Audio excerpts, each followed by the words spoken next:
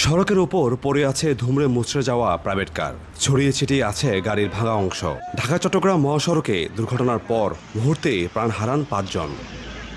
নোয়াখালী সোনাইমুড়ি থেকে পরিবারসহ ঢাকায় ফিরছিলেন রাজধানীর মোহাম্মদপুরের জামিয়া মোহাম্মদিয়া মাদ্রাসার প্রধান মুফতি আব্দুল মমিন। কুমিল্লা বুড়িচং উপজেলার কালাকচুয়ার মিয়ামি হোটেল থেকে খাবার খেয়ে বের হওয়ার পর মহাসড়কে উঠতে যাচ্ছিল তাদের প্রাইভেট কারটি। এই সময় চট্টগ্রামগামী স্টারলাইন পরিবহনের একটি বাস প্রাইভেট কারটিকে ধাক্কা দেয়। মুহূর্তে ধুমড়ে মুচড়ে যায় গাড়িটি।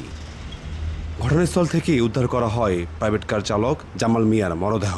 আহত অবস্থায় ৫ জনকে উদ্ধার করে নেওয়া হয় হাসপাতালে। পরে মুফতি আব্দুল মমিন, তার স্ত্রী দিলা আফরোজ আক্তার ঝর্ণা, মেয়ে লাবিবা ও ৬ বছরের ছেলে আরশাদকে মৃত ঘোষণা করেন চিকিৎসক। আমার বোন, আমার ভাগিনী, আমার ভগ্নিপতি, ড্রাইভার, আমার ছোট ভাগিনা, ৫ জন স্পট ডেড। আমার এক ভাগিনা আবরার হাফেজ, সে হাসপাতালে আছেন। একটা পরিবার ধ্বংস হয়ে গেল, একটা ছেলে মাত্র হাফেজে কোরআন, সে বেঁচে আছে, সে কি নিয়ে বাঁচবে আগামী দিনে? স্টারলাইন ওরা বেপরোয়াভাবে ওনাদেরকে পিছ থেকে মাইরা ওনাদেরকে এক্সপার্টেড করছে। আমরা এর সুষ্ঠু তদন্ত করে বিচার চাই এবং সর্বোচ্চ ক্ষতিপূরণ চাই। নিহতদের মরদেহ আইনি প্রক্রিয়া শেষে স্বজনদের কাছে হস্তান্তরের কথা জানিয়েছে হাইওয়ে পুলিশ। ইতোমধ্যে বাস এবং প্রাইভেট কার দুটি জব্দ করেছি। আইন অনুযায়ী এবং বিধি মোতাবেক আমাদের যে আইন, সড়ক পরিবহন আইন অনুযায়ী আমরা মামলা রেকর্ড করব।